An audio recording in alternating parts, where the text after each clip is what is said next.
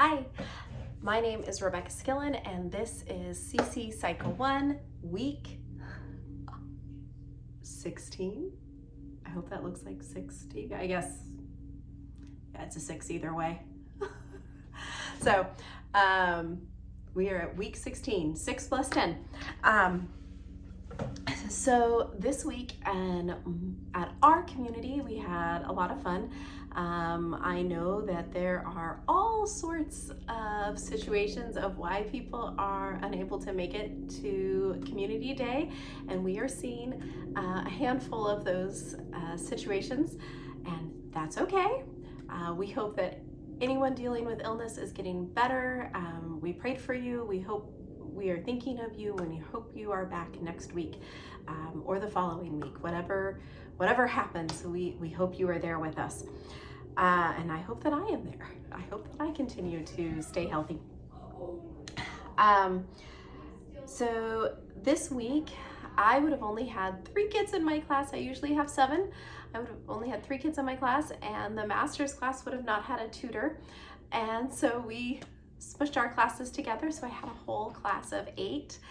And it was great because it was like a class reunion of the kids that I've had for the last 2 years. I had a master's journeyman class our first year, and then I taught a lot of the masters because we did family groups last year, and so I had a lot of the master kids, and we did so many shuffling of teachers and classes last year that I still got to see some of my kids from that first year, and this year I got to see the majority of my kids from our first year of CC. That was a lot of fun. I got to be with both my daughter and my son, which I loved. But it was a little bit of an adjustment for everybody being in the room. It was great. We had a blast. The master's kids got to see what the journeyman kids have been doing in their class, and that's been a lot of fun. So we started with geography, and we did geography, and then we did our 6, in addition to that, we did our 6 weeks of review. The master's class was like, whoa, we're doing a review right now? I'm like, yep, we're doing our geography review right now. And they jumped right in. It was a lot of fun. So we did African waters. So we did Congo River. We reviewed because I was like, what's this river? Because it kind of looks like a roller coaster like this one. So we did African. I had my son, who is a percussionist, keep a beat for me. African waters, Congo River, also known as the deepest river in the world.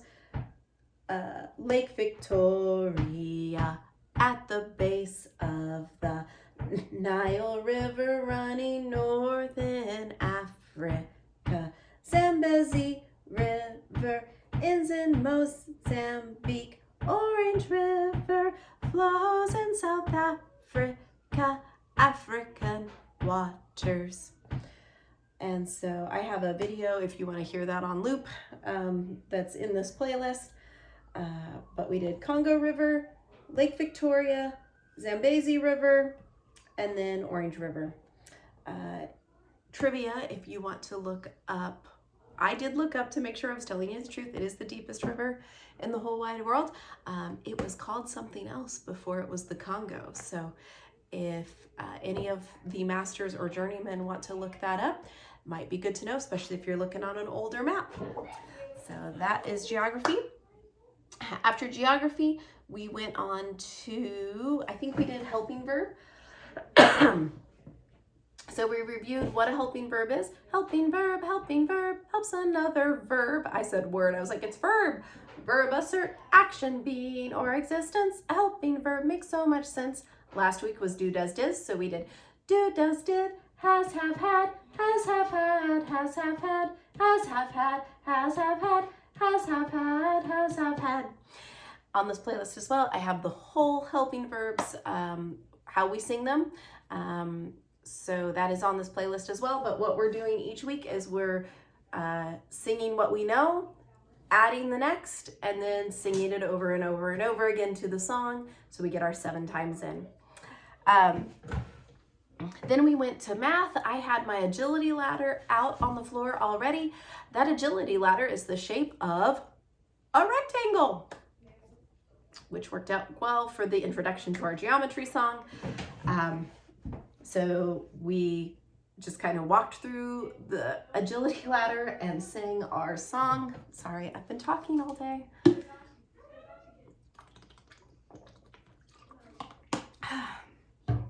So the area of a rectangle is length times width. It's commutative. It is a 2D object. So this can be your length, this can be your width, this can be your width, this can be your length. Doesn't matter, you're just multiplying them.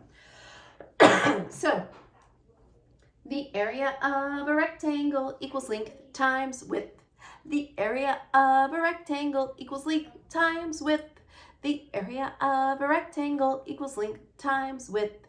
The area of a rectangle equals length times width. So we just sang that over and over again, and we marched through our agility ladder, just single file, everybody behind me, and we just did it over and over again. I think the masters had a really great time because they were like, oh, this is different. And they participated and they had a blast. So moving on, I believe we did, we may have done timeline or science. I don't remember which one we did next. But what are 4 kinds of volcanoes? Active, intermittent, dormant, and then I kind of leaned over, they fell to the floor for extinct. So that is what we did for that. For timeline, my daughter had hidden the timeline cards and we lost one. And we really emphasized that people are more important than things, and that we knew it hadn't left the room and we were going to find it at some point. I did find it. After everybody was down for lunch, I was cleaning up my room and I was looking at all the hiding spots and I found it. So George Washington, American Revolution, and General George Washington are now safe in my collection again.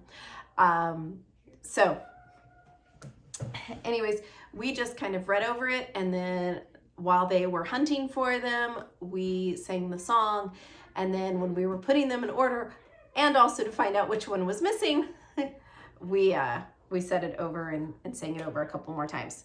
Tell me about the civilization of Mesoamerica. 3 of the advanced civilizations of Mesoamerica.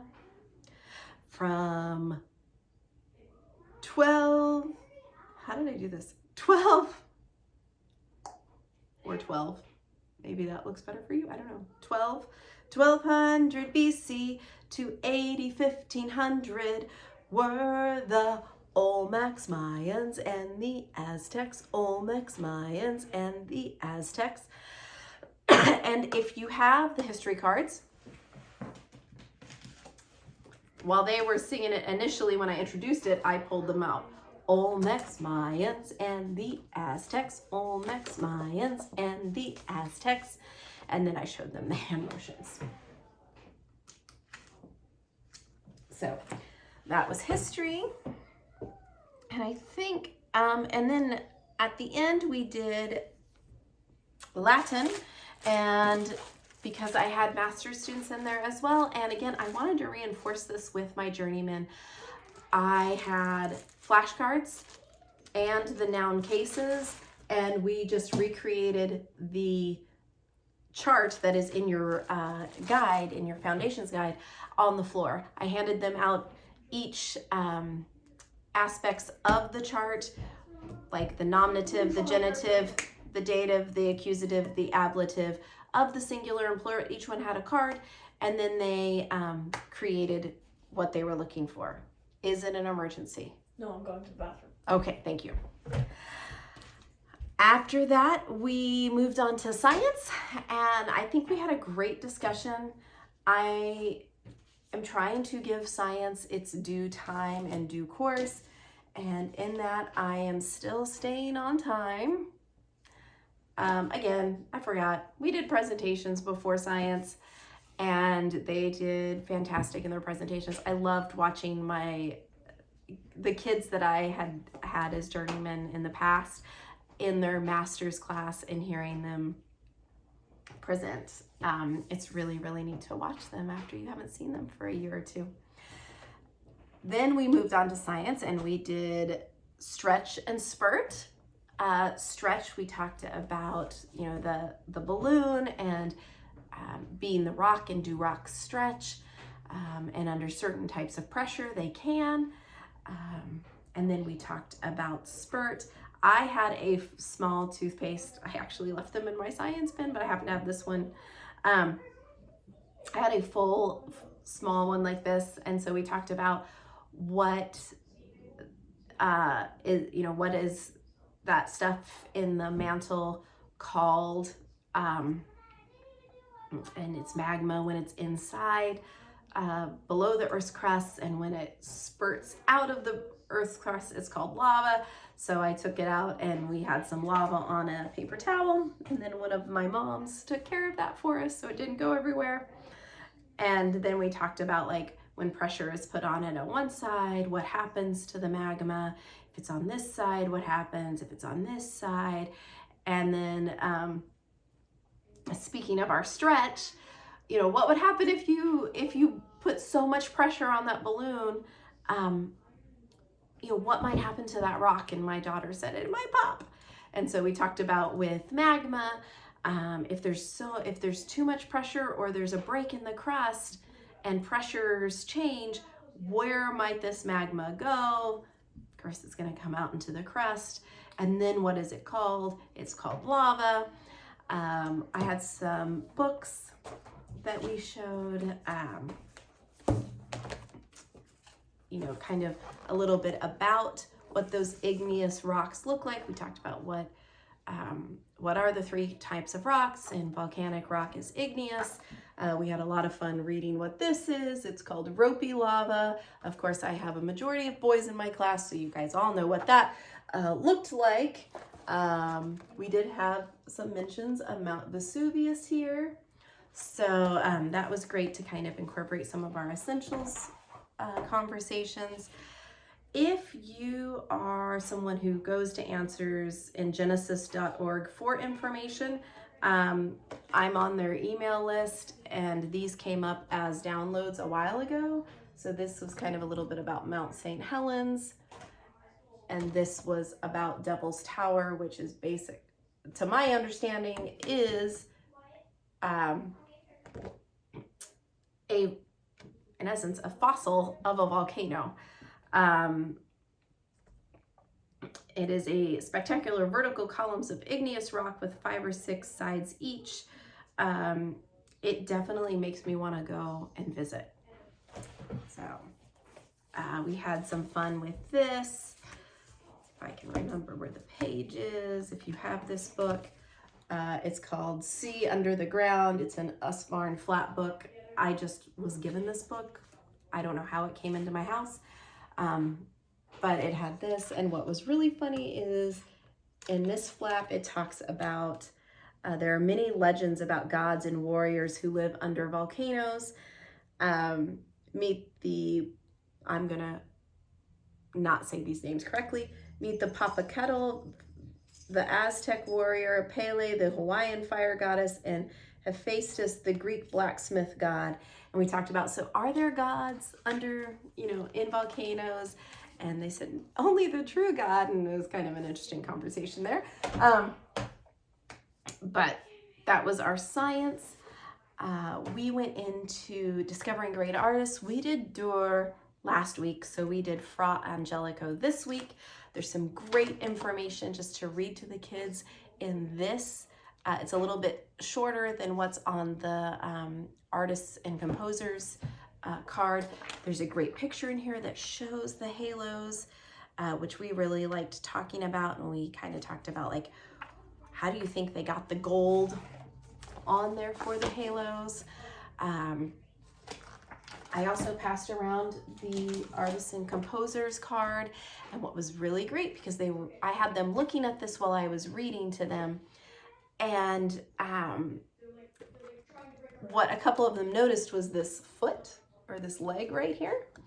And so that brought up a great conversation of, this is not the whole piece of artwork. And if you're looking at any of your timeline cards, your artist and composer cards, any of that, if it has the word detail in the description of the title of the piece, you are just looking at a tiny piece of the picture. There is more to this picture, more to this artwork. And so that, that was a great conversation with that. I was very hesitant about what this was going to turn out like for fine arts. And I was happily surprised. I know that sometimes the kids, when you ask them, they can draw whatever they want. There gets this like blank stare. We gave them some ideas about like how they might use gold leaf. We used aluminum foil. And these were my kids. This was my daughter. And she made a lightsaber. And if you have seen Boba Fett, this is a scene in Boba Fett from, I think, last week. So, and then this was my son's. And I was so excited to see their artwork. There were some amazing pieces in class, especially having journeyman and masters. I was blown away. It was awesome. Because we were going a little bit longer, and just the transition of having just a new classroom, new experience, I started doing review with them because I really wanted them to have time to finish their artwork. I started reviewing with them while they were drawing, while they were finishing their pastels, their chalk pastels. And so once they finished up, we had about 15 minutes or so to do review, and all we had left to do in review was like 3 questions of history and what was the other review with? Oh, and science. And then I played the timeline song in the background while we played a version of kind of like musical chairs, The Floor is Lava. I would ask them a set of questions, and then I would play some of the timeline song from the weeks that we were practicing. And then I would stop the song and I would say, "The floor is lava" in 5, 4, 3, 2, 1. And they had to find, we have bean bags in the classroom that I'm in. And so they jumped on a beanbag, and then we'd ask some more questions. And then I would play the timeline song for a certain amount of time. Then I'd pause the timeline song and I'd say, "The floor is lava" in 5, 4, 3, 2, 1. They'd get in their spots. We'd ask some questions. I just kind of thought that might be fun to do, considering that we're doing volcanoes for hands-on science, and we'll be doing parts of the volcano next week. So that was our day. We missed those who were not there, and are really excited about next week. So I hope you have a wonderful week and enjoy any sunshine that you have. Talk to you later.